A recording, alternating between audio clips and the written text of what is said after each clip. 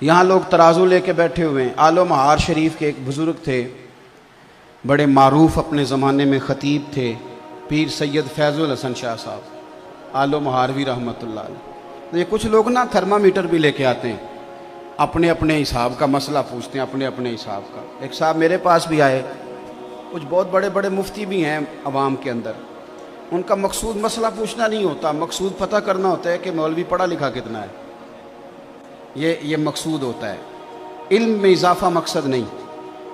تو مجھ سے بھی ایک صاحب نے پوچھا کہ میں نے 20 مفتیوں سے مسئلہ پوچھا ہے، حل نہیں ہوا، اب میں آپ کے پاس آیا ہوں۔ تو میں نے کہا آپ 22ویں کے پاس ہی چلا جائیں، میں تو ان 20 سے بھی چھوٹا ہوں۔ 20 آدمی نہیں حل کر سکے تو میں تو پہلے ہی سلنڈر کرتا ہوں۔ بھائی اپنی زندگی میں سیکھنے کا مزاج بنائیں، بحث کا مزاج نہ بنائیں ورنہ پیچھے رہ جائیں۔ جو سیکھنے کا مزاج رکھتا ہے اس کا علم روز تازہ ہوتا ہے، اسے کچھ نہ کچھ روز ملتا ہے، وہ روز سیکھتا ہے۔ اور جو بس کر کے بیٹھ گیا نا، بہت ساری جگہوں پہ ٹھوکریں کھاتا ہے۔ تو سید فیض الحسن شاہ صاحب سے کسی نے پوچھا بتائیے سیدہ عائشہ افضل ہیں کہ سیدہ فاطمہ؟ سید تھے، فرمانے لگے تجھے کس نے ترازو دیا کہ تو تولے؟ دونوں کی بڑی شان ہے، بڑا مرتبہ ہے۔ وہ کہنے لگا جی نہیں، آپ سید ہیں، عالم ہیں، پیر ہیں، سجادہ ہیں، کچھ تو بتائیں۔ آپ فرمانے لگے بتا تو دیا ہے۔ کہنے لگے جی آپ نے بات گول کی ہے، اور کچھ نہیں تو مجھے اشارہ ہی دے دیں۔ آپ فرمانے لگے چلو یہ بات ٹھیک ہے، اشارہ دے دیتا ہوں۔ آپ فرمانے لگے عائشہ بیوی ہیں رسول کریم علیہ السلام کی، اور سیدہ فاطمہ زوجہ ہیں مولا مرتضیٰ مشکل کشا کی۔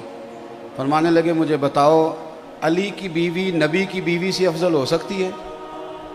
بندہ چپ کر گیا۔ تو آپ فرمانے لگے اب دوسرا اشارہ سنو، عائشہ بیٹی ابو بکر صدیق کی، اور فاطمہ بیٹی ہے مدینے والے رسول کی۔ اب یہ بتاؤ کہ ابو بکر کی بیٹی محمد عربی کی بیٹی سے افضل ہو سکتی ہے؟ بندہ سر پکڑ کے بیٹھ گیا، کہنے لگا شاہ جی نتیجہ کیا ہے؟ فرمان لگے گھر جا کے کڈی نتیجہ، تو نے کہا تھا مجھے اشارہ دے دے، تو اشارہ میں نے دے دیا ہے، اب نتیجہ گھر جا کے نکالنا کہ رزلٹ کیا نکلتا ہے۔ ہمارا ذمہ تو ادب کرنا ہے، پنچ نہ بنے آپ درمیان میں سرپنچ نہ بنے، آپ قول فیصل آپ درمیان میں فیصلہ کریں گے آپ۔ اور ایک بات یاد رکھنا، اگر کسی کے محب بن کے بھی بے ادبی کرو گے تو وہ بزرگ بھی تمہیں قبول نہیں کریں گے۔ کبھی چچا کی اور والد کی بحث ہو رہی ہو نا، تو بیٹا والد کی سپورٹ میں بھی بات کرے نا، والد کی سپورٹ میں بھی چچا کے خلاف، تو ابا بول کے کہہ دیتا ہے کہ پتر چپ کر، ساڈا بھراواں دا مسئلہ ہے، تو اپنی حیثیت میں رہ۔ میری بات کی سمجھ آ رہی ہے؟ تو صحابہ کی بھی بڑی شان اور اہل بیت کی بھی بڑی شان، تو آپ کہاں الجھ رہے ہیں؟ تو مہربانی دیکھیں، ان سے پیار کریں، ان کا اکرام کریں۔ ہمیں صحابہ نے تو ان کا پیار سکھایا ہے، صحابہ نے سکھایا اہل بیت کا پیار، صحابہ نے۔ شاہ ولی اللہ محدث دہلوی کو نا پڑھے لکھے لوگ جو اب چونکہ ہم فی پی ایچ ڈی بہت زیادہ ہونے لگی ہے، تو جو لوگ اسلامک سٹڈیز کے ساتھ وابستہ ہیں وہ جب بر صغیر پاک و ہند میں لٹریچر لیں گے تو شاہ ولی اللہ کو ضرور دیکھیں گے۔ ازالۃ الخفا میں ایک بڑی خوبصورت روایت لائے ہیں، فرماتے ہیں کہ مال غنیمت بانٹ رہا تھا تو حضرت سیدنا عمر فاروق بانٹ رہے تھے، اور بندہ وہ ہے کہ جو ایک دینار کا نہ صرف یہ کہ حساب رکھنے والا ہے بلکہ حساب دینے والا بھی ہے۔ بانٹ رہے تھے تو بانٹتے نا آپ نے ہر صحابی کو 500 دینار دیے ہر ایک کو، اور بٹ کس طرح رہا تھا کہ جو بدری ہیں نا ان کو 500 دینار دیے جائیں گے۔ بدر کے لوگوں کی بڑی شان ہے، حضور نے فرمایا اللہ ان سے راضی ہو گیا، سب کو 500 ملے۔ آپ کے اپنے بیٹے عبداللہ ابن عمر بھی آئے تھے، ان کو بھی 500 دی، اور جناب عبداللہ ابن عمر کی یہ شان ہے کہ نبی پاک نے فرمایا راجل صالح، فرمایا یہ جو عبداللہ بن عمر ہے یہ نیک آدمی ہے۔ حضرت عبداللہ ابن عمر کو بھی 500 دیا۔ امام حسن اور حسین آ گئے، حسنین کریمین، رسول کریم صلی اللہ تعالیٰ علیہ وسلم کے دونوں شہزادے آئے تو جناب عمر فاروق نے پہلے تو وہ قطار توڑی نا جس قطار میں سارے لگے ہوئے تھے، فرمایا شہزادوں کو آگے آنے دو، اور پھر باقیوں کو 500 دیا، تو حسنین کریمین کو 1000 دیا۔ کوئی رکابت نہیں، کوئی مسئلہ نہیں، لیکن بچوں کا ویسے ہی دل کرتا ہے کہ ہمارا والد ہم سے زیادہ پیار کرے، یہ مزاج ہوتا ہے۔ آپ دیکھیں نا، بھتیجے سے بندہ جتنا مرضی بھی پیار کر لے، وراثت بیٹے کو ملتی ہے، بھتیجے کو نہیں ملتی۔ حضرت عبداللہ ابن عمر نے گھر جا کے اپنی اماں سے بات کی کہ اماں جی، حسنین کریمین تو اس زمانے میں بچے تھے، مدینہ شریف کی گلیوں میں کھیلتے تھے، میں بدر میں جاتا تھا، احد میں جاتا تھا، خندق میں گیا تھا، ابا جی نے ان کو 1000 دیا اور مجھے 500۔ تو آپ کی اہلیہ کہنے لگی حضرت عمر کی کہ بیٹا چپ کر جا، اگر موڈ اچھا ہوا تو بات کروں گی، ورنہ شیر کے قریب جانے کی کسی کی جرت ہے نہیں۔ حضرت عمر فاروق 2-4 دن کے بعد رات کو موڈ مبارک اچھا تھا تو اہلیہ کہنے لگی ایک چھوٹی سی گزارش کرنی تھی، ناراض نہ ہو تو۔ فرمانے لگے کہو۔ تو کہنے لگی عبداللہ ابن عمر کہہ رہے تھے کہ میں تو حضور کے زمانہ نور میں جہاد کرتا تھا، حسنین کریمین بچے تھے، تو انہیں ڈبل ملتا ہے، مجھے سنگل ملتا ہے، یہ کیا بات ہوئی؟ تو آپ نے فرمایا چل بلا ان کو۔ تو ماں ڈرنے لگی، کہنے لگی نہیں نہیں، انہوں نے کوئی اعتراض نہیں کیا، آپ مہربانی کریں۔ کہا نہیں میں کچھ نہیں، کہنے لگا بلا تو صحیح نا۔ بلایا، شہزادے عبداللہ ابن عمر تشریف لائے، حاضر ہوئے۔ تو آپ نے فرمایا پتر یہ تو نے کیا بات کی؟ سنو، یہ ایک غیر جانبدار آدمی کی بات عرض کر رہا ہوں۔ وہ لکھتے ہیں کہ جناب فاروق اعظم فرمانے لگے عبداللہ تیرا اور حسنین کا کیا مقابلہ؟ آپ اندازہ فرمائیں، فضیلتوں کی جو لسٹ ہے وہ اپنی جگہ موجود ہے کہ وہ بدر میں بھی گئے، احد میں بھی گئے، حضور نے ان کی تعریفیں بھی فرمائیں، ساری شانیں، اور بہت بڑے عالم تھے عبداللہ ابن عمر، انہیں مفتی مدینہ کہا جاتا تھا، لوگ ان سے استفتاء کرتے تھے، سوالات پوچھتے تھے۔ حضرت سیدنا عمر فاروق فرمانے لگے تیرا اور حسنین کا کیا مقابلہ؟ اور پھر فرمانے لگے بیٹا کیا تیری ماں کا نام بھی فاطمہ الزہرا ہے؟ کیا تیری خالاؤں کے نام بھی زینب، ام کلثوم اور رقیہ ہیں؟ کیا تیری نانی کا نام بھی خدیجہ الکبریٰ ہے؟ پتر بتا کیا تیرے نانا کا نام بھی محمد مصطفیٰ ہے؟ یہ شانیں تیری ہیں؟ آپ نے فرمایا خبردار بیٹا، ان کے مقابلہ کرنے کی کوشش، یہ خود سکھایا ان لوگوں نے، یہ امت کو درس دیا، پیغام دیا۔ شاہ ولی اللہ صاحب کہتے ہیں کہ یہ بات چلتے چلتے نا مولا علی تک بھی پہنچی کہ حضرت عمر نے یوں کہا ہے۔ حضرت عمر فاروق رضی اللہ تعالیٰ عنہ نے یہ تعریف کی حسنین کریمین کی، تو مولا علی فرمانے لگے اسی لیے تو نبی پاک علیہ السلام نے فرمایا تھا کہ عمر اہل جنت کا چراغ ہے، عمر جنتیوں کا، جنت میں بڑی روشنی ہوگی، لیکن فرمایا اس کا چہرہ اس طرح کا ہے کہ جدھر جائے گا روشنی کرتا چلا جائے گا، اہل جنت کے چراغ ہیں۔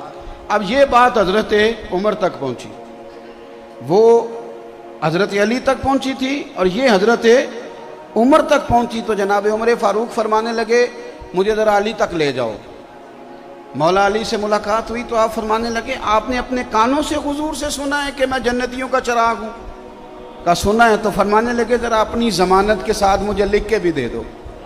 تو حضرت علی نے لکھا کہ میں ضمانت دیتا ہوں، میں ضمانت دیتا ہوں، میں ضامن ہوں کہ میں نے حضور سے سنا ہے کہ عمر اہل جنت کے چراغ ہیں۔ دوستو، ان لوگوں کا ایک دوسرے کی طرف آنا جانا، ان کا پیار، ان کا خلوص، یہ تو پتہ نہیں دور بیٹھ کے دیکھیں نا، انسان کہانیاں بناتا ہی تب ہے جب اس میں غرور ہو یا وہ تھوڑا دور ہو۔ اگر اس میں عاجزی ہو اور ذرا قریب جا کے دیکھے تو بہت ساری کہانیاں ویسے ہی ختم ہو جاتی ہیں، حقائق نہیں پتہ کرتے لوگ۔